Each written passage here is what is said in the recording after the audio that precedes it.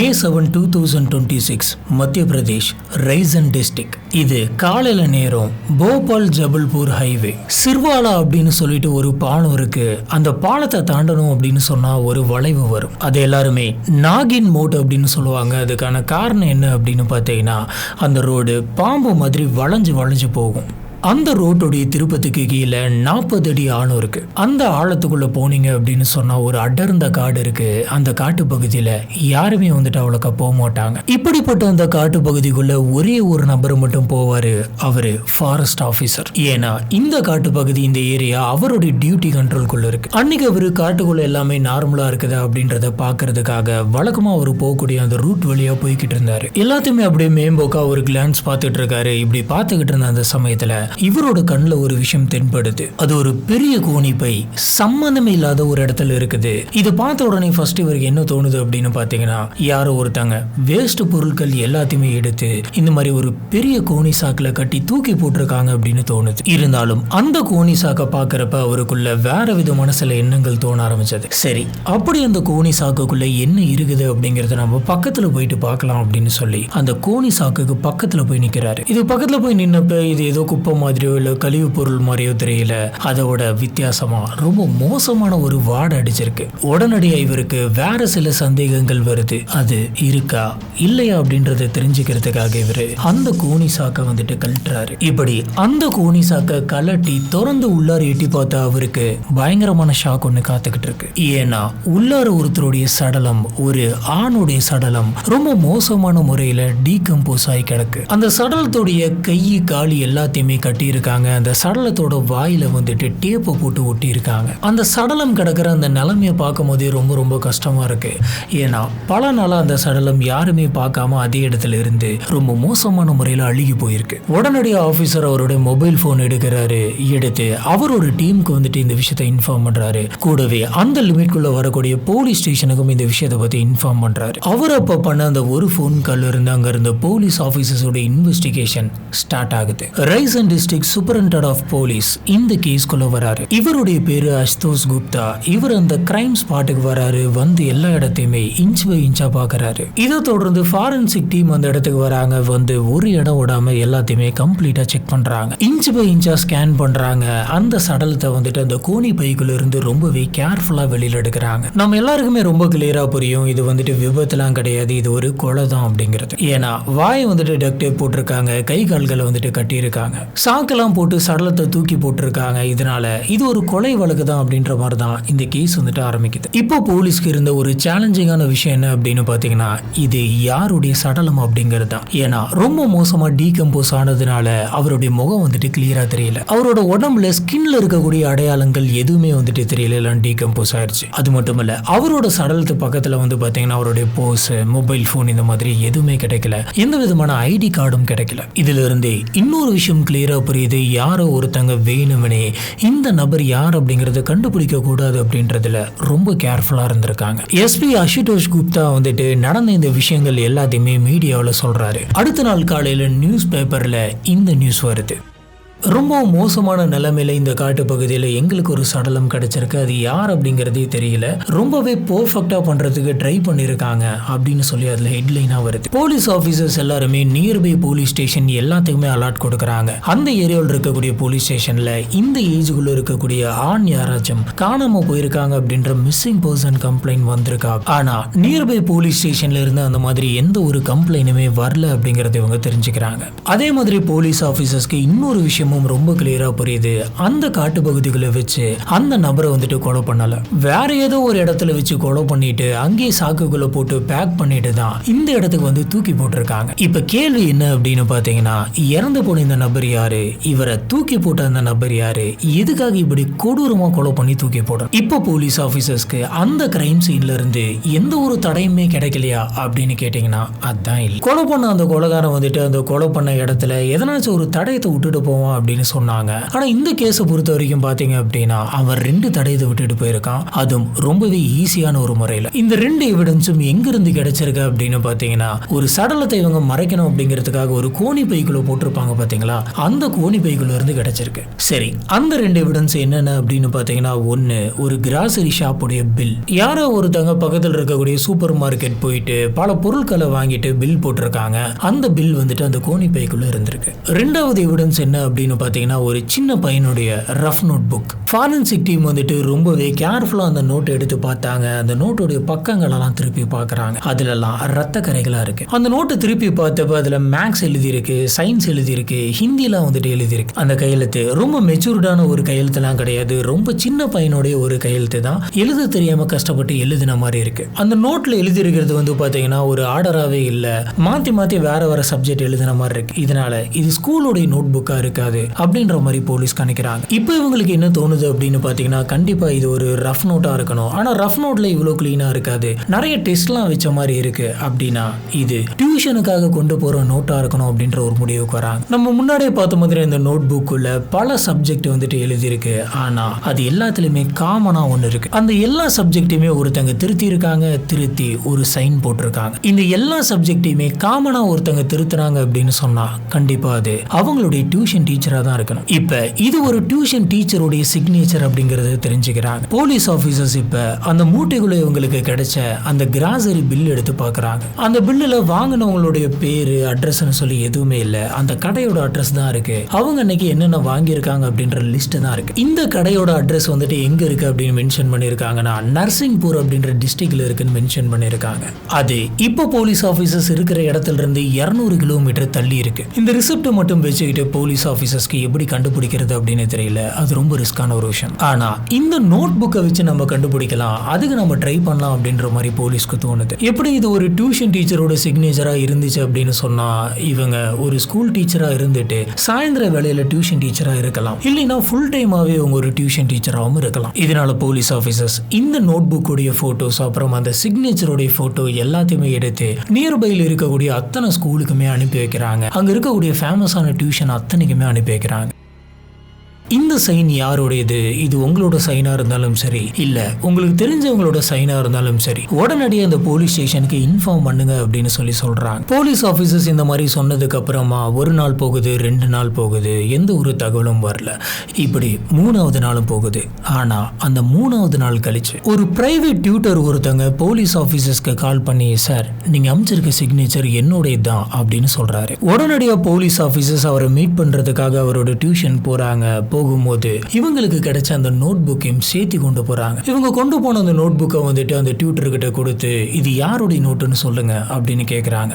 அந்த டியூட்டர் அந்த நோட் புக்கை கிளவுஸ் எல்லாம் போட்டுட்டு வாங்கி திருப்பி பாக்குறாங்க. இப்படி திருப்பி பார்த்த உடனே அவருக்கு தெரிஞ்சு போயிருது இது அவருடைய ஸ்டூடெண்டோட நோட்டு தான் அப்படின்னு. உடனடியாக இவர் போலீஸ் ஆபீசர்ஸ் கிட்ட, சார் இந்த பையனை எனக்கு தெரியும், இந்த பையனுக்கு 10 வயசு தான் ஆகுது, அவனுடைய நோட்டு தான் இது, இந்த பையன் என்கிட்ட தான் டியூஷன் படிக்கிறான் அப்படின்னு சொல்றாரு. உடனடியாக போலீஸ் ஆபீசர்ஸ் அப்படியா, இந்த பையனுடைய அம்மா அப்பா யாரு, அந்த பையனோட வீடு எங்க இருக்கு அப்படின்லாம் கேட்கறாங்க. இதுக்கு இந்த டியூஷன் மாஸ்டர், அந்த பையனோட வீடு எங்க இருக்குன்னு எனக்கு தெரியும், நான் அட்ரஸ் கொடுக்குறேன், ஆனா அந்த பையனுக்கு அப்பா இங்க கிடையாது, அவங்க அம்மா மட்டும்தான் தனியா இங்க ஒரு வீடு எடுத்து தங்கி இருக்காங்க, அந்த அம்மாவுடைய பேரு ரீனா கிரார் அப்படின்னு சொல்றாரு. போலீஸ் ஆபீசர்ஸ்க்கு இந்த பேரு அப்புறம் அந்த அட்ரஸ் தெரிஞ்ச உடனடியாக அந்த அட்ரஸ்க்கு இவங்க போறாங்க. போய் பார்த்தப்ப இவங்களுக்கு அடுத்த ஷாக் காத்துட்டு இருந்தது. ஏன்னா டியூஷன் மாஸ்டர் சொன்ன அந்த ரீனாவோட வீடு அங்க பூட்டு போட்டிருக்கு. ரீனாவை பத்தி அக்கம் பக்கத்துல இருந்தவங்க கிட்ட கேட்டது இது ரீனாவுடைய சொந்த வீடு கிடையாது, இவங்க வாடகைக்கு தான் இங்க தங்கி இருக்காங்க. ஒரு 2-3 நாளாவே நாங்க அவங்களை இந்த இடத்துல பார்க்கல, என்ன நடந்துச்சுன்னு தெரியல, அவங்க பையனும் அவங்களும் மட்டும்தான் அந்த வீட்டுல தங்கி இருந்தாங்க அப்படின்னு சொல்றாங்க. போலீஸ் ஆபீசர்ஸ்க்கு எடுத்த உடனே இந்த ரீனா மேல சந்தேகம் வருது.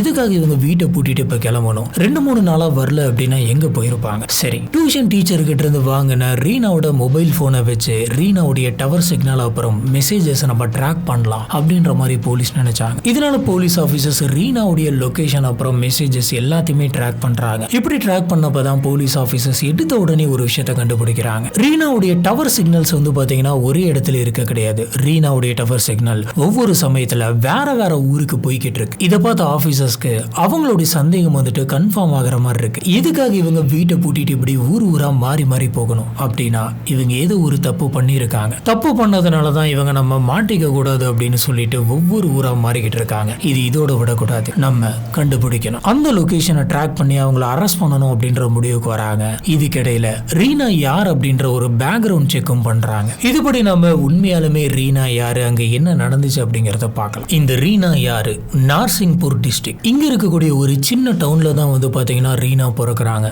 ரீனாவுடைய சின்ன வயசு அவ்வளவுலாம் நல்லா இருக்க கிடையாது. ரீனா பிறக்கிறதுக்கு முன்னாடி அவருடைய அப்பா வந்துட்டு இறந்து போறாங்க.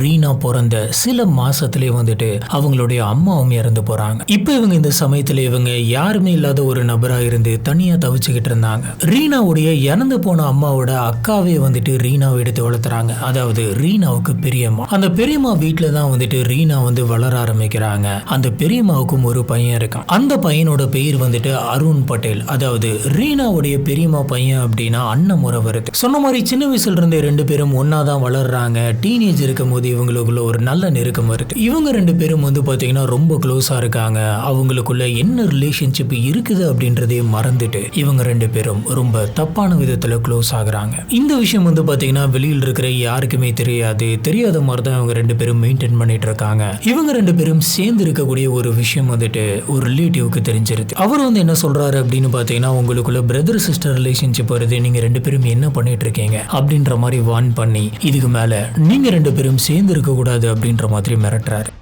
இந்த சமயம் தான் இது தப்பு அப்படின்னு சொல்லி ரெண்டு பேருமே வந்துட்டு பிரிஞ்சிருக்காங்க.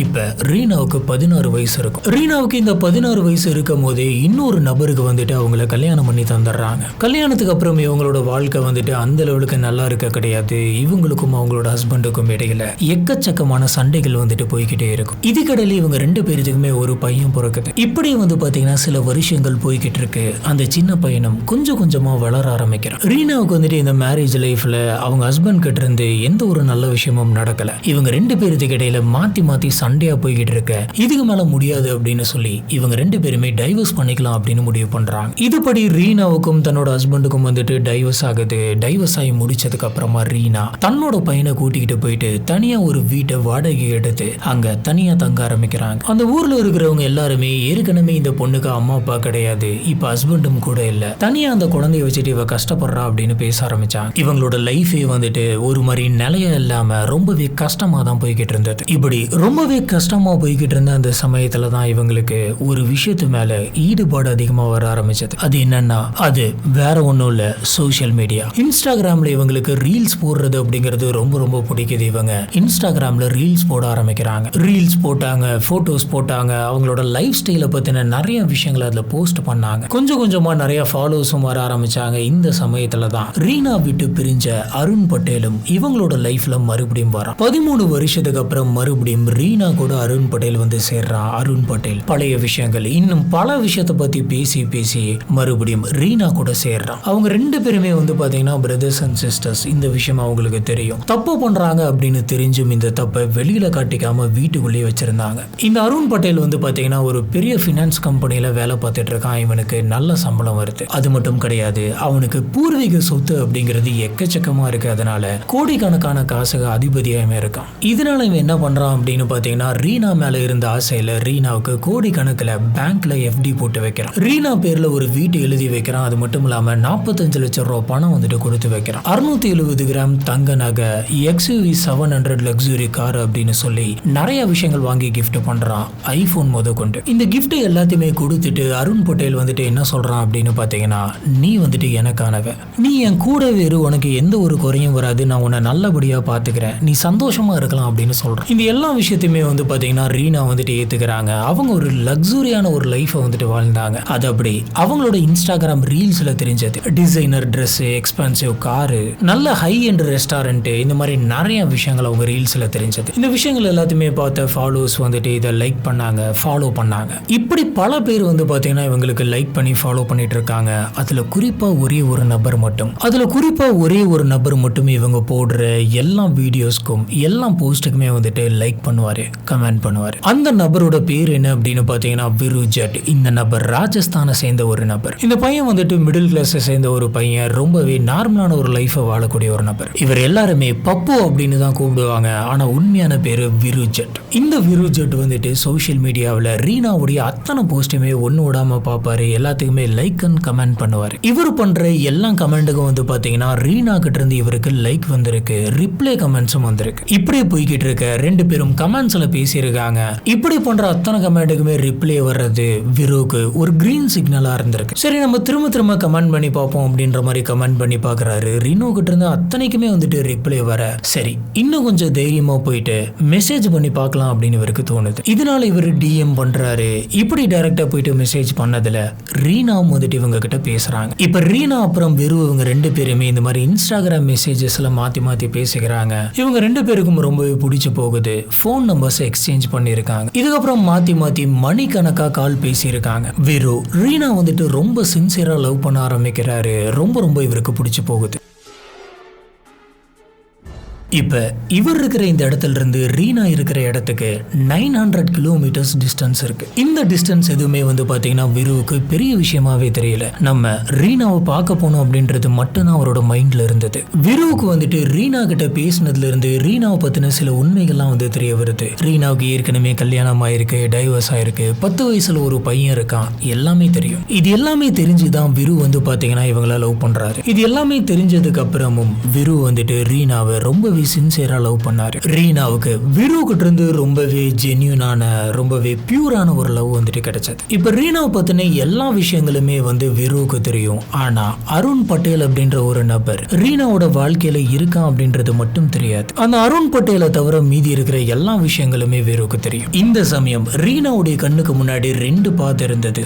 ஒன்னு, அருண் பட்டேல் தனக்கு ஒரு லக்ஸூரியஸான வாழ்க்கை கிடைச்சிருக்கு, நிறைய காசு கிடைச்சிருக்கு, லக்ஸூரியான காரு, ட்ரெஸ், இன்ஸ்டாகிராம் ரீல்ஸ் அப்படின்னு சொல்லி ரொம்பவே சந்தோஷமா இருக்கலாம். இன்னொரு பக்கம் விரு ஏற்கனவே ரீனா வந்துட்டு ரொம்ப மோசமான ஒரு ரிலேஷன்ஷிப்ல இருந்து வெளியில வந்திருக்காங்க. விரு காட்டுற பாசம் வந்துட்டு இவங்களுக்கு ரொம்ப பிடிச்சிருக்கு. இந்த பக்கத்துல பாசம், லாயல், ட்ரஸ்ட் எல்லாமே இருந்தது. ரீனாவுக்கு இது ரெண்டுமே வந்துட்டு பிடிச்சிருந்தது. இது ரெண்டுத்தையுமே பேரலா வந்துட்டு இவங்க மெயின்டைன் பண்ணிட்டு இருக்காங்க, ரெண்டு பேருக்குமே தெரியாம. ஆனா எவ்வளவுதான் மறைச்சு வச்சிருந்தாலும் ஒரு கட்டத்துல உண்மை வெளியில வந்துதான் ஆகணும். அந்த மாதிரி இவங்க இந்த மாதிரி பேசிட்டு இருக்காங்க அப்படின்ற விஷயம் அருண் பட்டேலுக்கு தெரியுது. அருணுக்கு இந்த விஷயம் வந்து பாத்தீங்கன்னா பயங்கரமான கோபத்தை ஏற்படுத்துது. ஆர்கியூ பண்றாரு, சண்டை போடுறாரு, ரொம்பவே பூதாகரமா இது வெடிக்குது. அருண் வந்து ரீனாவை பார்த்து, உனக்கு நான் எல்லாத்தையுமே கொடுத்துட்டேன், உனக்கு தேவையான எல்லாத்தையுமே நான் பண்ணி தரேன், அப்படி இருந்து நீ இந்த மாதிரியான விஷயத்த பண்ற அப்படின்னு கேட்கிறாரு. இப்ப ரீனாவுக்கு இந்த ரெண்டு விஷயமே வந்துட்டு ஆப்ஷனா இருக்கு, எதை சூஸ் பண்றது அப்படின்ற மாதிரி ரீனா உட்காந்து யோசிக்கிறாங்க. இப்படி யோசிச்சப்ப அருண் பட்டேல் தான் நம்மளுக்கு கரெக்ட், அருண் பட்டேல் கூட இருந்தாதான் நம்மளுக்கு இந்த லக்ஸூரியான லைஃப்லாம் வந்துட்டு கிடைக்கும் அப்படின்னு ஒரு முடிவெடுத்து அருண் பட்டேல் பக்கம் இவங்க போறாங்க. இப்படி எல்லாத்தையுமே நம்ம பண்ணியிருக்கோம், அப்படி இருந்தோம் இன்னொரு நபர் கூட இவ பேசிக்கிட்டு இருக்காளே அப்படின்ற விஷயம் அருண் பட்டேலுக்கு தெரிஞ்சாலும் அருணுக்கு ரீனா மேல இருந்த லவ்னால இது எதையுமே பெருசா எடுத்துக்கல. ஏன்னா இவருக்கு அவருடைய லவ் தான் முக்கியமா இருந்தது. ஆனா ரீனாவுக்கு அருண் பட்டேலோட காசு தான் முக்கியமா இருந்தது. இப்படியே போயிட்டு இருக்கப்ப ஒரு நாள் விருவுக்கு வந்துட்டு ரீனாவை பார்க்கணும், பார்த்து பேசணும் அப்படின்னு தோணுது. இதுக்காக விரு ரீனாவை பார்க்கணும் அப்படின்னு சொல்லி 900 கிலோமீட்டர் டிராவல் பண்ணி அந்த ஊருக்கு வராரு. இப்படி அவர் அந்த ஊருக்கு வந்தப்பதான் ரீனாவை பத்தின ஒரு விஷயத்தை இவர் தெரிஞ்சுக்கிறாரு. அது ரீனாவுடைய சீக்கிரட்டான அருண் பட்டேல். இப்ப ரீனாவுக்கும் அருண் பட்டேலுக்கும் நடுவுல என்ன ரிலேஷன்ஷிப் இருக்குது அப்படின்னும் அவங்களுக்குள்ள இப்ப என்ன போய்கிட்டு இருக்கு அப்படின்றதையும் விரு வந்துட்டு தெரிஞ்சுக்கிறாரு. இது விருவுக்கு பயங்கரமான கோபத்தை ஏற்படுத்திச்சு. விருனால இந்த விஷயத்த தாங்கிக்கவே முடியல, கொஞ்சம் கூட டாலரேட் பண்ண முடியல. இவர் பயங்கரமா கத்துறாரு, சண்டை போடுறாரு, ஆர்கியூ பண்றாரு. இந்த ஆத்திரத்துல, இந்த கோபத்துல இவர் என்ன பண்றாரு அப்படின்னு பாத்தீங்கன்னா, நீங்க ரெண்டு பேரும் யாரு என்ன பண்ணிட்டு இருக்கீங்கன்னு எனக்கு தெரியும், இது வெளியில தெரிஞ்சா எவ்வளவு அசிங்கம் தெரியுமா, நான் இதோட நிறுத்த மாட்டேன், நீங்க ரெண்டு பேரும் என்ன மாதிரியான ரிலேஷன்ஷிப்ல இருக்கீங்க அப்படின்றத இந்த ஊர் உலகத்துக்கு எல்லாத்துக்குமே நான் வந்துட்டு பப்ளிக்கா சொல்ல போறேன் அப்படின்னு சொல்றாரு. இந்த மாதிரி விரு வந்துட்டு அருணையும் ரீனாவையும் மிரட்ட இவங்க ரெண்டு பேருக்குள்ளயுமே ஒரு பயம் வருது. இவ்வளவு வருஷமா நம்ம யாருக்கும் தெரியாம இந்த மாதிரி ஒரு ரிலேஷன்ஷிப்ல இருக்கும், இது இப்ப வெளியில தெரிய வந்துச்சு அப்படின்னு சொன்னா எல்லாருமே காரியத்து போவாங்க, இந்த ஊர்ல நம்மளால இருக்கவே முடியாது, ரொம்ப அவமானமா போயிரும், தலை காட்ட முடியாது அப்படின்ற மாதிரி தோணுது. இந்த விஷயம் ரீனாவுக்கு ரொம்பவே பயமா இருந்திருக்கு.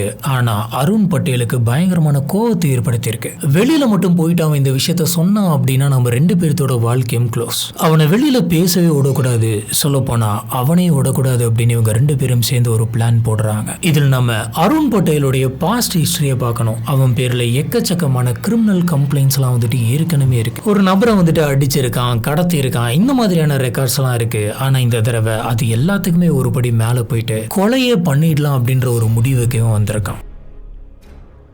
அவனுடைய அந்த ஒரு கேவலமான சீக்கிரட்டை மறைக்கிறதுக்காக இப்படி விருவ கொலை பண்ணும் அப்படின்ற அந்த பிளான்குள்ள யார் யாரெல்லாம் இருக்காங்க அப்படின்னு பார்த்தீங்கன்னா அருண் பட்டேல், அப்புறம் ரீனா, அது மட்டும் இல்லாம மூணாவதா நம்மளுக்கு ஹெல்ப்புக்கு ஒரு நபர் வேணும் அப்படின்னு சொல்லி அருண் பட்டேலோட அசோசியேட்டிவான ஹர்னம் அப்படின்ற ஒரு நபரையுமே இந்த பிளான்குள்ள சேர்த்திக்கிறாங்க. இதுக்கப்புறம் ரீனா என்ன பண்றாங்க அப்படின்னு பார்த்தீங்கன்னா விருக்கு ஒரு மெசேஜ் அனுப்புறாங்க. ரீனா விருக்கு வந்துட்டு ஒரு மெசேஜ் அனுப்புறாங்க. அந்த மெசேஜ்ல எதா இருந்தாலும் நம்ம பேசி ஷார்ட் அவுட் பண்ணிக்கலாம், எனக்கு ஒன்னதான் ரொம்ப பிடிச்சிருக்கு, எனக்கு உன் கூட தான் இருக்கணும் அப்படின்னு ஆசையா இருக்கு, என்னை பார்க்கறதுக்கு நீ வருவியா அப்படின்ற மாதிரி மெசேஜ் அனுப்பிச்சிருக்காங்க. இதை விரு பார்த்த உடனே அவரு மனசுல இருந்த கோவம் எல்லாமே இறங்கிருது.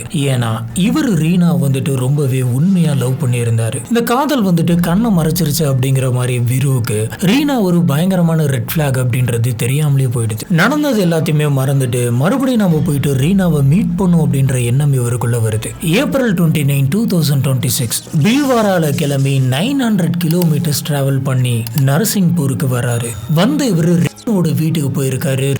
வீட்டு கதவு திறந்துட்டு உள்ள போயிருக்காரு. இதுக்கப்புறம் விரு வந்துட்டு உள்ளார நடந்து போயிருக்காரு. ஆனா உள்ளார ரீனா இல்ல. அதுக்கு பதிலா 2 பேர் இருந்தாங்க, அருண் பட்டேல், ஹர்னம் சிங். 2 பேருமே அவங்களோட கையில வந்துட்டு பேஸ்பால் பேட்டை பிடிச்சிக்கிட்டு நின்றுட்டு இருந்தாங்க. விரு கொஞ்சம் சுதாரிச்சு அங்க இருந்து ஓடலாம் அப்படின்னு சொல்லி திரும்புறதுக்கு உள்ளாரையே அருண், ஹர்னம் 2 பேருமே அவங்க கையில இருக்கிற பேஸ்பால் பேட்டை எடுத்து ரொம்பவே பலமா அவரோட தலையில மாத்தி மாத்தி அடிக்கிறாங்க. கொஞ்சம் கூட கேப் போடாம கண்டினியூஸா மாத்தி மாத்தி அடிச்சுக்கிட்டே இருந்ததுல ஒரு கட்டத்துல விரு வந்துட்டு அங்கேயே கீழே விழுக்கிறாரு. துடி துடிக்க இறந்து போறாரு. இது எல்லாமே வந்து பாத்தீங்கன்னா யோசிக்கிறதுக்குள்ள நடந்திருக்கு. ஒரு 10-20 செகண்டுக்குள்ளே நடந்திருக்கு. தன்னுடைய காதல் வந்துட்டு கை கூட போகுது, தனக்கு ஒரு வாழ்க்கை கிடைக்க போகுது அப்படின்னு சொல்லி 900 கிலோமீட்டர் தாண்டி வந்து ஒரு நபருக்கு அங்க வாழ்க்கை இல்லாம போயிடுச்சு. விரு அதே இடத்துல கீழே விழுந்து இறந்ததுக்கு அப்புறமா பக்கத்து ரூம்ல இருந்த ரீனாவும் அந்த இடத்துக்கு வரா. இப்ப ரீனா, அருண், ஹர்னம் இவங்க 3 பேருமே சேர்ந்து இந்த சடலத்தை என்ன பண்ணலாம், எப்படி மறைக்கலாம், எப்படி மாட்டிக்காம மறைக்கலாம் அப்படின்னு யோசிக்கிறாங்க.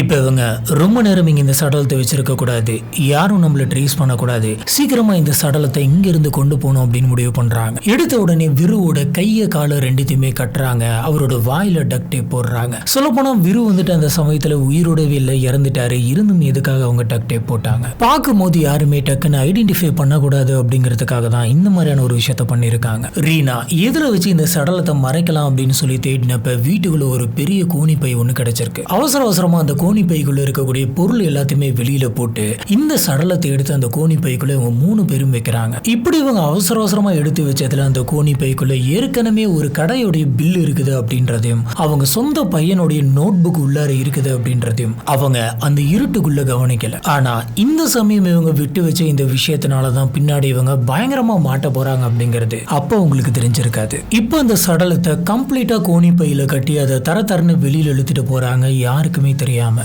அருண் ரீனாவுக்கு கிஃப்ட் பண்ண அதே XUV 700 காரோடைய டிக்கிக்குள்ள அந்த கோணி பை எடுத்து வச்சு நைட் அந்த இடத்தை விட்டு கிளம்புனாங்க. கிட்டத்தட்ட 200 கிலோமீட்டர் இவங்க டிராவல் பண்ணாங்க. இப்படி இவங்க நர்சிங்பூர்ல டிராவல் பண்ண ஆரம்பிச்சு ரைசன் டிஸ்ட்ரிக்ட் போறாங்க. அங்க இருக்கிற ஷிர்வாரா பிரிட்ஜை தாண்டி பக்கத்தில் இருக்கக்கூடிய ஒரு 40 அடி குழிக்குள்ள இந்த கோணி பையை தூக்கி போட்டு ஒண்ணுமே நடக்காத மாதிரி அந்த இடத்தை விட்டு கிளம்புறாங்க.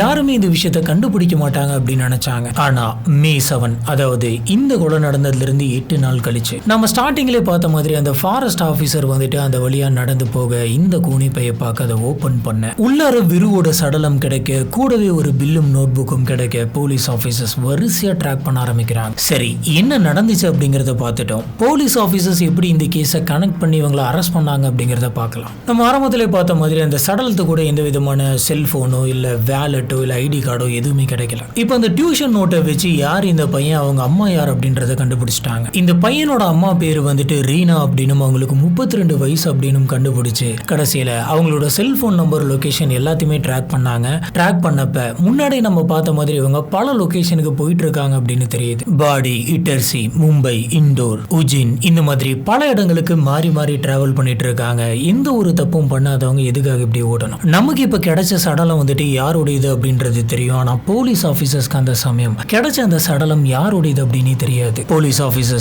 எல்லா மிஸ்ஸிங் பர்சன் கம்ப்ளைனுமே எடுத்து சர்ச் பண்ணி பாக்குறாங்க. ரேணுவோடைய செல்போன் மெசேஜஸ் எல்லாத்தையுமே ட்ராக் பண்ணி பாக்குறப்ப அவங்க கடைசியா விரு அப்படின்ற ஒரு நபர்கிட்ட பேசினது தெரியுது. சொல்ல போனா போலீஸ் ஆபீசர்ஸ் ரேணு வந்துட்டு விரு காமிச்ச அந்த மெசேஜஸுமே ரெக்கவர் பண்ணி எடுத்து வச்சிருக்காங்க. நீ வீட்டுக்கு வா, பேசி தீர்த்துக்கலாம் அப்படின்னு அவங்க சொன்னது கிளியரா தெரியுது.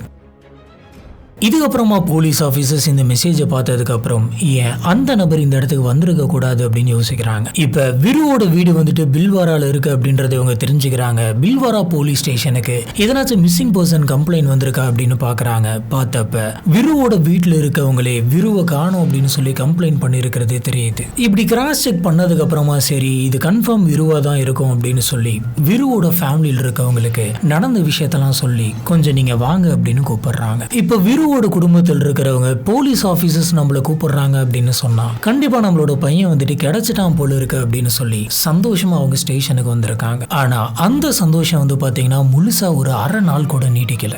போலீஸ் ஆஃபீஸர்ஸ்க்கு சடலத்தில் இருந்து கிடைச்ச அந்த சடலத்தோட ஷர்ட்டையும் ஷூவையும் எடுத்து அவங்க பேரண்ட்ஸ் கிட்ட காட்டுறாங்க. எங்களுக்கு இந்த மாதிரி ஒரு சடலம் கிடைச்சிருக்கு, உங்க பையனா இருக்குமோ அப்படின்னு எங்களுக்கு சந்தேகமா இருக்கு அப்படின்னு சொல்லி இதை காட்டேன். இதை வாங்கி பார்த்தா அவங்க அம்மா அப்பா வந்துட்டு ஆமா இது என்னோட பையன் தான் சார் அப்படின்னு சொல்லி அதே இடத்துல கதறி கதறி அழுகுறாங்க. இப்போ போலீஸ் ஆஃபீஸர்ஸ்க்கு 2 விஷயம் கிளியர் ஆகுது. ஒன்னு, விக்டிம் வந்துட்டு விரு, சஸ்பெக்ட் ரீனா. அதனால ரீனாவை எப்படியாச்சும் கண்டுபிடிக்கணும் அப்படின்னு சொல்லி போலீஸ் ஆஃபீஸர்ஸ் ஃபுல் ஃபிளெஜ்டா இறங்குறாங்க. டெக்னிக்கல் சர்வைலன்ஸ்ல லொகேஷன் வந்துட்டு ட்ராக் பண்றாங்க. போலீஸ் ஆபீசர்ஸ் இவங்களை சேஸ் பண்றாங்க. இந்த மாசம் அதாவது மே 11 திங்கட்கிழமை அந்த 3 பேர்த்தையுமே போலீஸ் ஆபீசர்ஸ் கண்டுபிடிச்சு அரெஸ்ட் பண்றாங்க. ரீனா, அருண், ஹர்னம் 3 பேர்த்தையும் போலீஸ் ஸ்டேஷன் கூட்டு போறாங்க. 3 பேர்த்தையும் தனித்தனியா இன்வெஸ்டிகேட் பண்றாங்க.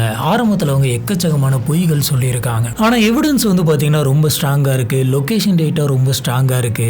இவங்க அமிச்ச அந்த மெசேஜஸ்லாம் ரொம்ப தெளிவா இருக்கு. அந்த XUV 700 காரை ஃபாரன்சிக் டீம் வந்துட்டு உடனடியாக கொண்டு போயிட்டு டெஸ்ட் பண்ணி பார்த்ததுல அந்த காருக்குள்ள சாக்குமூட்டியோட ட்ரேஸும் இருந்திருக்கு. கூடவே விருவோடைய பிளட் சாம்பிளும் சின்ன சின்னதா அங்க கிடைச்சிருக்கு. இதை வச்சு பாக்குறப்ப விரு வந்துட்டு அந்த கார்ல டிராவல் பண்ணியிருக்காரு. இவங்க அடிச்சு பையில வந்துட்டு போட்டு எடுத்துட்டு போயிருக்காங்க அப்படின்றது கன்ஃபார்ம் ஆகுது. இது பக்காவா ட்ராப் செட் பண்ணி நம்ம கொலை பண்ணணும் அப்படின்றத முன்னாடியே பிளான் பண்ணி பண்ணியிருக்க ஒரு கொலை. ரீனா வந்துட்டு ட்ராப் செட் பண்ணியிருக்காங்க. அவங்களோட சீக்ரெட் வெளியில தெரிஞ்சிடக்கூடாது, நம்மளுக்கு அந்த பணக்கார வாழ்க்கை வேணும், அதுக்கு இவன் இருக்கக்கூடாது அப்படின்ற மோட்டிவ்ல பிளான் பண்ணியிருக்காங்க. அடுத்ததா அருண் பிசிக்கலா பேஸ்பால் பேட் எடுத்து பலம் அடிச்சிருக்கான். அதுக்கு ஒரு முக்கியமான காரணம் இவனுக்கு ரீனா மேல இருந்த அந்த காதல். எக்கச்சக்கமா கோடிக்கணக்கில் நான் காசு செலவு பண்ணி இந்த மாதிரி ஒரு பொண்ணு பிடிச்சி வச்சிருக்கேன், இவன் பாட்டுக்கு வந்து கூட்டிட்டு போயிருவான் போல இருக்கு அப்படிங்கிற பொறாம. அது மட்டும் இல்லாம ரீனா மேல இவனுக்கு இருந்த பயங்கரமான அப்சஷன். இது ரெண்டுமே சேர்ந்துதான் மூர்க்கத்தனமா இந்த மாதிரி அடிச்சு கொலை பண்ற அளவுக்கு கொண்டு போயிருக்கு. இந்த கொலையில ஹர்னம் அப்படின்றவன் வெறும் அசோசியேட். இவங்க கூப்பிட்டதுனால மட்டும்தான் வந்தானா